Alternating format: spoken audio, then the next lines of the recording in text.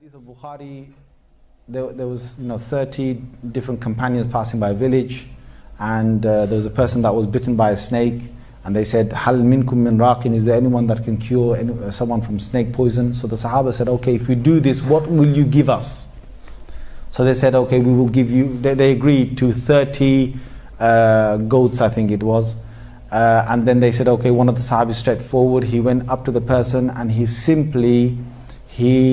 just read Surah Al-Fatihah. He didn't go and get a book, hocus pocus, waving a magic wand, or he just read Surah Al-Fatihah. And he blew onto this individual's leg, and then the poison was basically out of the body. And the person was completely cured just through Surah Al-Fatihah. That Fatiha at that time was used. Have you come across anyone who can just sit there and go around to patients who are being struck by a snake and just read Surah Al-Fatihah? Hey man, you should be better by now. The guy's screaming, ah! Why? Is it the Quran? The question is not with the Quran. The question is with the reader. And I'm telling you today, there are people in the world, that just through Surah Fatiha, they can cure, just like, and it's not they cure. I mean, obviously there are sabab, there are means. Allah subhanahu wa ta'ala will bring that cure about just through Surah Fatiha. And there are people still alive in this world today, but they're very rare. Most of us would probably need a lot more to read than that just to get that cure to come about. The cure, we don't bring the cure, obviously Allah brings the cure, it's His words of the Holy Quran. But the one thing that I want us to understand is that the Quran in no way is any lesser in degree of power than what it was in its time of revelation. It's actually exactly the same power. But the power of the Quran when it comes to ruqyah, when you want to blow onto someone because they are affected by something, the power of the Quran is contingent upon the nature of the body that reads it. See, the body that reads it, it depends on the a'mal and the good action that the body does, and the purity of the heart. The more pure the heart is, the more grounded the beliefs of the Quran Sunnah are, the greater the actions have been performed by that body, the limbs of that body, the tongue of that body, the eyes of that body. The more that the eyes of that body have stayed away from obscenity, from evil looking, the more the ears have stayed away from haram, and the tongue has stayed away from lying and ghiba and haram, the greater the effect of that will be, of that reading will be when they read. And just to give you that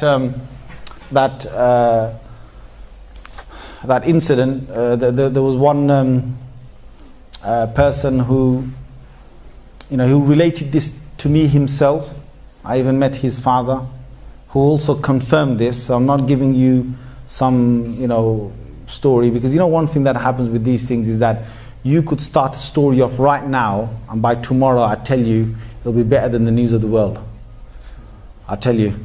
You can start a little story here, you can just say, I went to the wudu area and I saw something move. Yeah? Just tell that to someone, yeah? The next guy will start, it's Chinese whispers, yeah? The next guy will say, you know what, he went to the wudu area and he saw something move right by his side. He saw a shadow. He's going to use, and the next guy will say, he went to someone in this mosque, he went to the wudu area, they saw a shadow moving right in front of him. Wow. And the story will get better. It'll just get better. Each one that takes it to another one. So the best thing to do in a lot of these things is to actually go and see the person themselves who have been through some cases. So I will try to tell you some cases that I've seen myself or heard myself directly. So this is one of the cases. There was a individual who is a typical scenario, young teenager, Bengali house, about 17 years old, not listening to his dad, doing whatever he wants. Dad gets fed up, says, take you to Bangladesh to get you married. So he doesn't tell him, he tells him we're going on a holiday. So typical, takes him on a holiday, takes him over there. Next thing he knows, his passport's not there. Then he says, "Where's my passport?" He says, "You must get married, son, otherwise you see no passport." So he looks at his dad in the face and says, "No passport, no marriage?" So, "No passport, no marriage, son." So okay. He says, "Okay, let's see the brides." But in his head, what he wanted to do is he wanted to basically mess around with his dad. So his dad brings nice bride, spends all this mishti and all these, whatever, laddu, baddu, right? And buys all these clothes and takes it, and they see this bride and he says, has all the food, the guy has all the food and says, "Okay, where is she?" "Yeah, she's here." "Nah, I can't get married to her, no." No, that's it. So his dad thinks, "Wow, what happened there?" So his dad goes to the next one, yeah? And in between that, what happened is, I think the father said to some poor peasant over there that, they were just having a joke. And he said to the peasant that, "It would be nice to have your daughter for my son." He was only joking. And the peasant, being a peasant, thought, all he could see in his eyes is dollars or pound signs. London. So what he did is, he was serious and he started to talk seriously. And the father said, no, I wasn't joking, man. Out. And the guy then, to get this person as a son-in-law, what he did, he casted a spell. He did sihr. He got some Hindus or whatever to do sihr. Now, it became very complicated because I think there was another person who did sihr, and this person then became messed up, where this person was acting mad and, breaking things and sometimes snapping out and being blacked out and all sorts of things, okay, that this person was going through. And this person went through, they say, is confirmed by the person himself and the father as well, that they saw about 57 brides. But none of them he would get married to, because it's a sihr that is possibly making him feel in one way, right? And they've been to so many people to try and break this sihr, to break this black magic. They've been to many people to try and break it. And it just wasn't happening. Now so many people start with number of different things that they used, until finally they went to one sheikh in Sylhet. He's not alive now, but in a madrasa called Renga Madrasa, which is in Sylhet. They went, and there was a sheikh sahib there. They went to him, and the sheikh said, "Bring your son here." So he brought his son. And the sheikh looked at him and he said, "Okay." He said, "Bring some water." So he brought some water, and the sheikh took the glass of water, read Surah Al-Fatihah, blew inside and said, "Give it to your son to drink." The son drank it.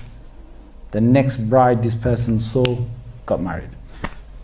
And also the guy was cured from all his blackouts and all these other things, and acting wild and breaking things, whatever. He was cured from that. It was just that one Fatiha that this sheikh. Now the thing is, again, what I'm trying to say from this incident is that it's not about the Quran. The Quran is the Quran. There is no devaluing with the Quran at all. And I believe should be absolutely 100% with the Quran. 100% with Allah, 100% with the Messenger sallallahu alaihi wasallam, 100% with the Quran. There is nothing that should go short from this. The only thing that goes short is myself.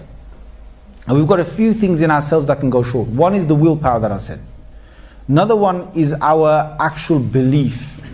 Belief is something that the stronger you put your mind to the belief, the greater the result that you will get. That is in the belief. The belief, there are some people, they've just got the belief. It will just happen. From this hadith I'm saying, "Ana inda dhanni abdi bi." I am according to how my servant thinks me to be. There are some people whose belief in Allah is that it will happen. And Allah makes it happen. There's a hadith in Muslim. That says, "Law aqsama ala Allahi la abarrah." There are certain servants of Allah that if they said, "Wallahi, this will happen," Allah says that I will fulfill it for them. Allah's Messenger says they will not give any compensation. Allah will fulfill their oath. Whatever they will say, "Wallahi, this will happen," and Allah will make it happen. So there are these people whom Allah subhanahu wa ta'ala has gifted that they are this. And this is to do with belief. The stronger the belief,